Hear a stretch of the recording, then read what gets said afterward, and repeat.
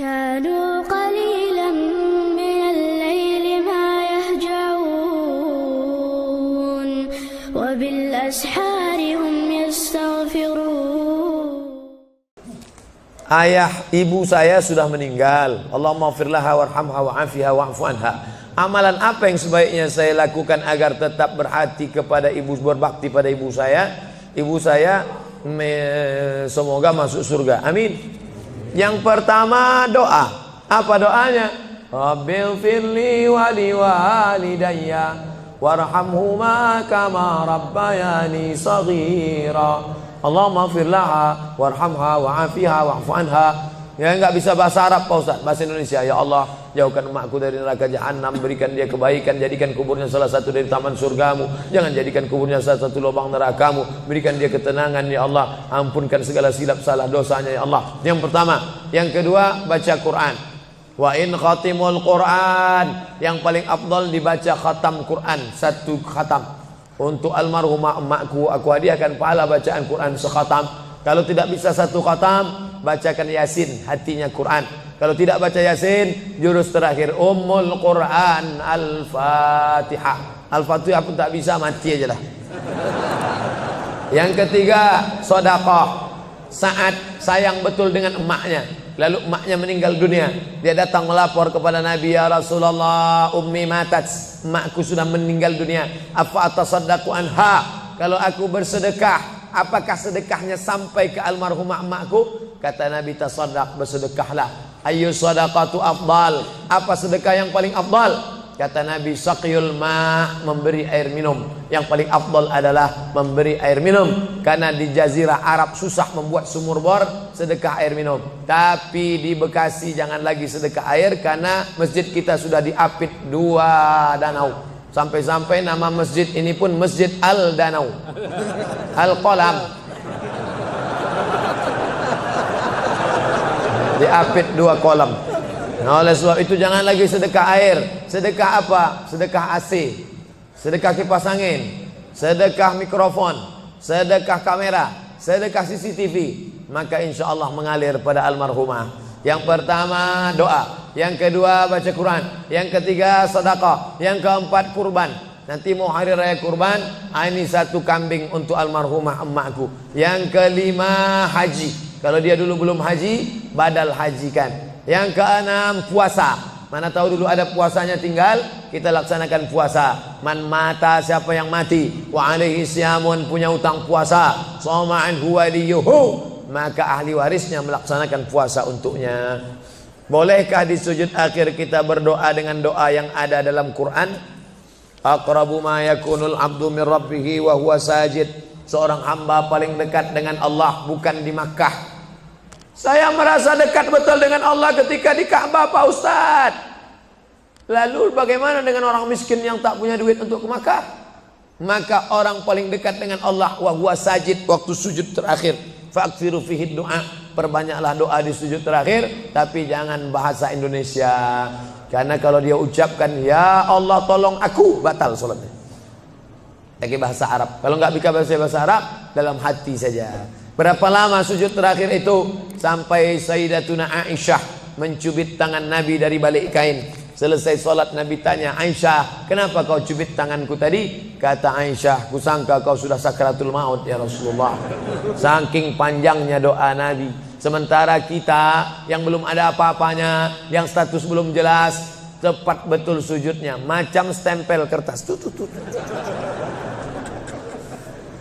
Kenapa cepat betul sujud? Sujudlah lama.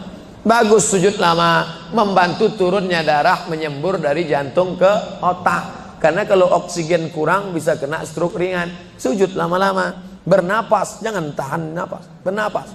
Itu maka karpet jangan bau. Itu maka tak boleh tidur telungkup di masjid. Tidur telungkup ngences pas tempat orang sujud. Bangkit sujud pitam pingsan mak.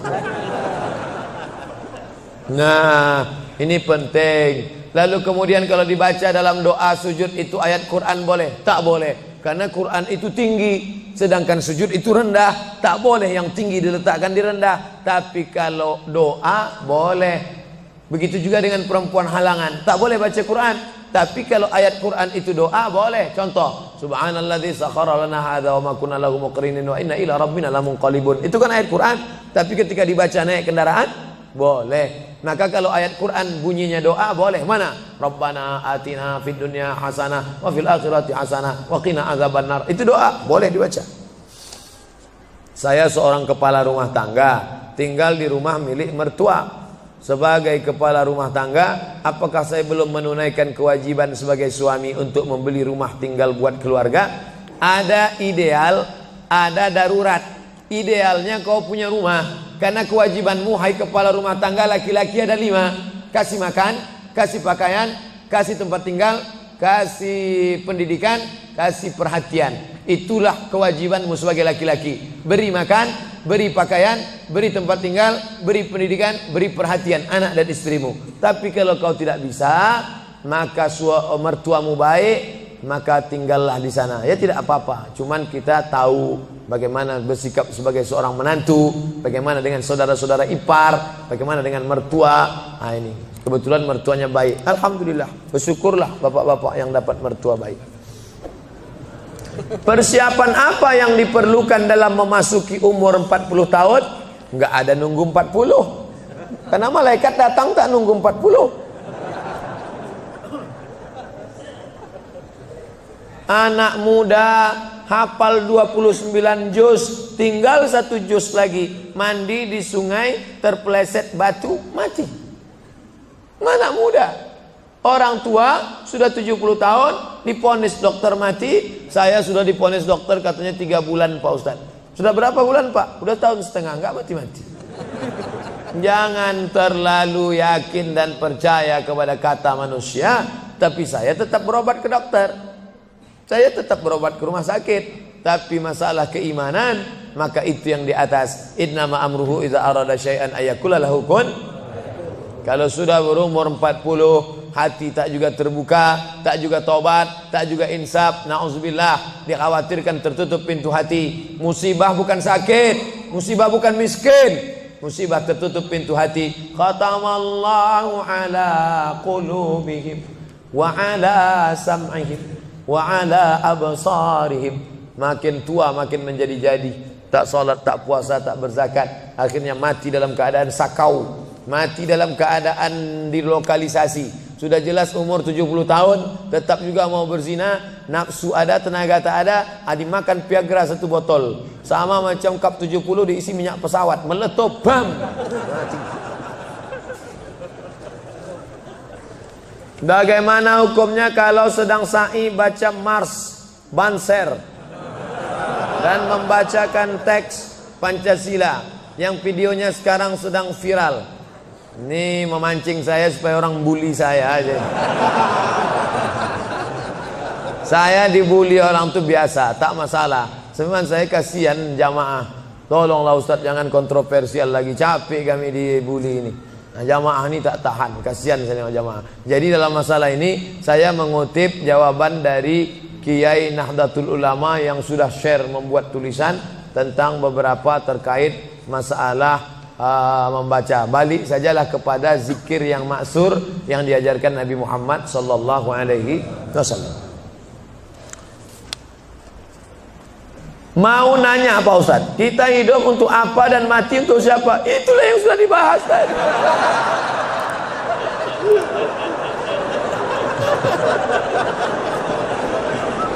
Artinya pertanyaan ini dibuat sebelum pengajian tadi. Kakak boleh suuzon.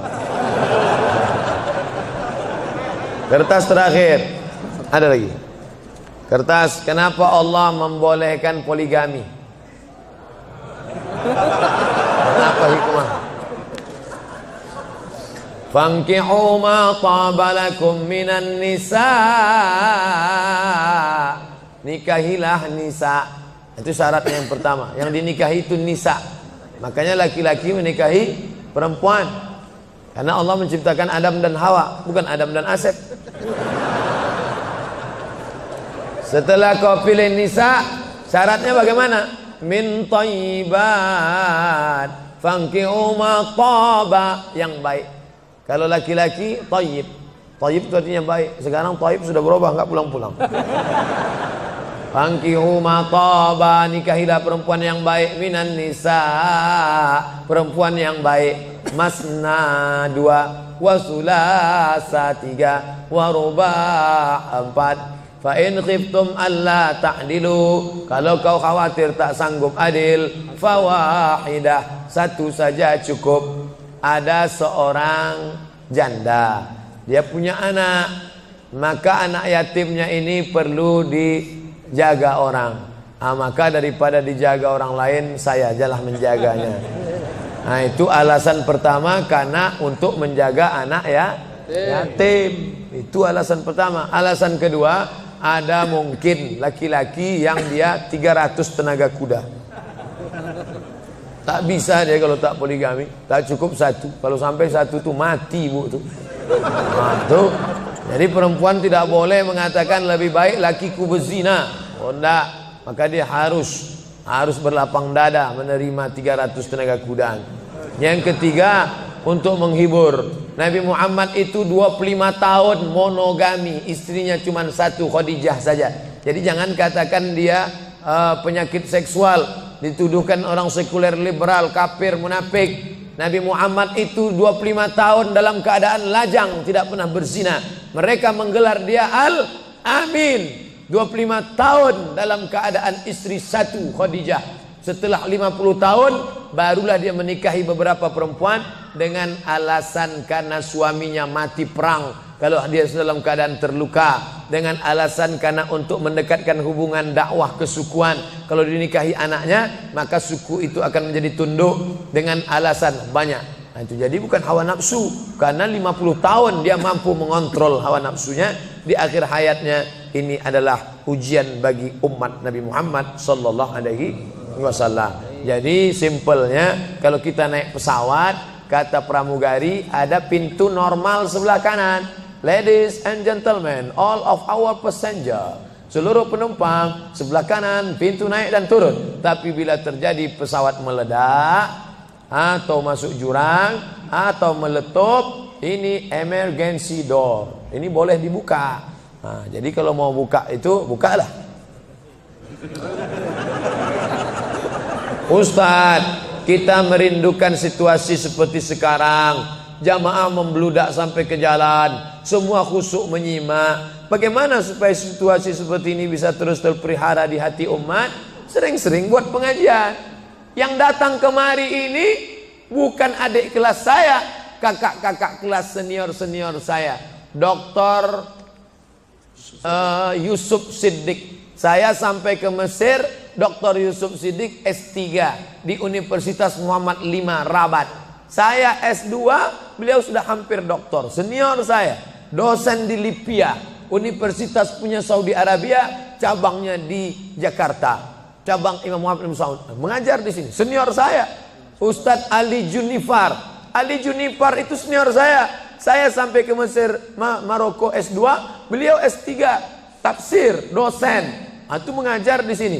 Hadir, siapapun ustadznya, datang, duduk, diam, dengar.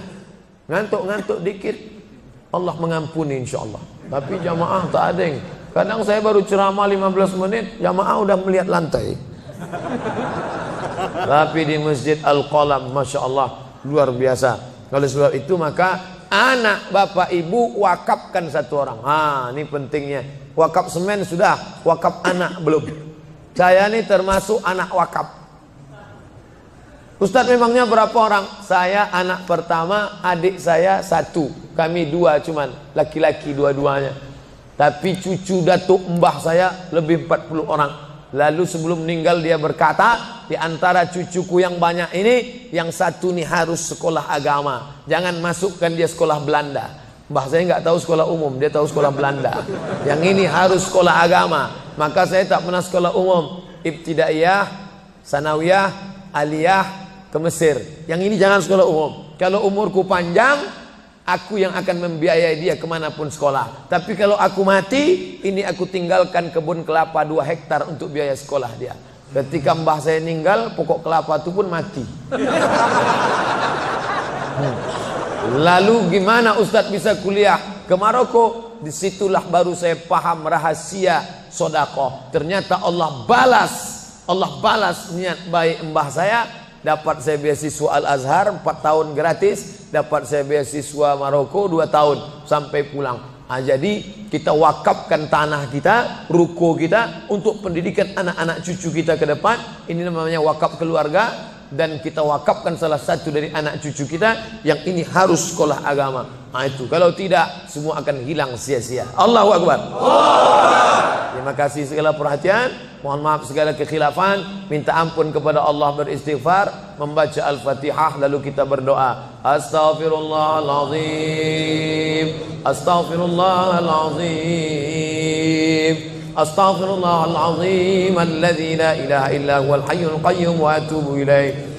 Ala hadhihi niyya wa kulli niyatin salihah. Al-Fatihah. A'udzu billahi minasy syaithanir rajim. Bismillahirrahmanirrahim. Alhamdulillahi rabbil alamin. Arrahmanir rahim. Maliki yaumiddin. Iyyaka na'budu wa iyyaka nasta'in. Ihdinas siratal mustaqim. Siratal ladzina an'amta 'alaihim ghairil maghdubi 'alaihim waladdallin. Amin. Allahumma inna nas'aluka salamatan fid din. Berikan kami keselamatan dalam akidah agama anak-anak kami ya Allah. Wa afiatan fil jasad. Sehatkan badan kami supaya kami beribadah dengan baik ya Allah. Wa ziyadatan fil ilm. Tambahkan ilmu kami supaya benar ibadah kami, jauh daripada bid'ah ya Allah. Wa barakatan fir rizq. Berikan berkah rezeki kami supaya bisa kami membangun masjid, berinfak, berzakat, bersedekah ya Allah. Wa taubatan qablal maut. Beri kami taubat sebelum mati ya Allah. Wa rahmatan indal maut. Curahkan rahmat ketika kami menghadapi mati ya Allah. Wa maghfiratan ba'dal maut. Berikan ampunan sesudah mati ya Allah. Allahumma hawwin alaina fi sakaratil maut. Ringankan kami waktu sakaratul maut. Wan najata minan nar. Selamat dari api neraka. Wal afwa indal hisab. Maafkan ketika amal kami dihisab. Allahumma khtim lana bi husnil khatimah wa la takhtim alaina bi su'il khatimah. Rabbana atina fid dunya hasanah wa fil akhirati hasanah wa qina adzaban nar. Wa sallallahu ala sayyidina Muhammad wa ala alihi wa sahbihi wasallam walhamdulillahi rabbil alamin.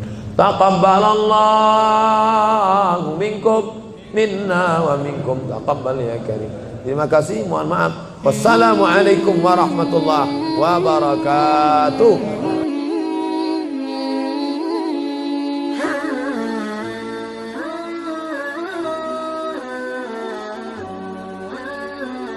Mm-hmm.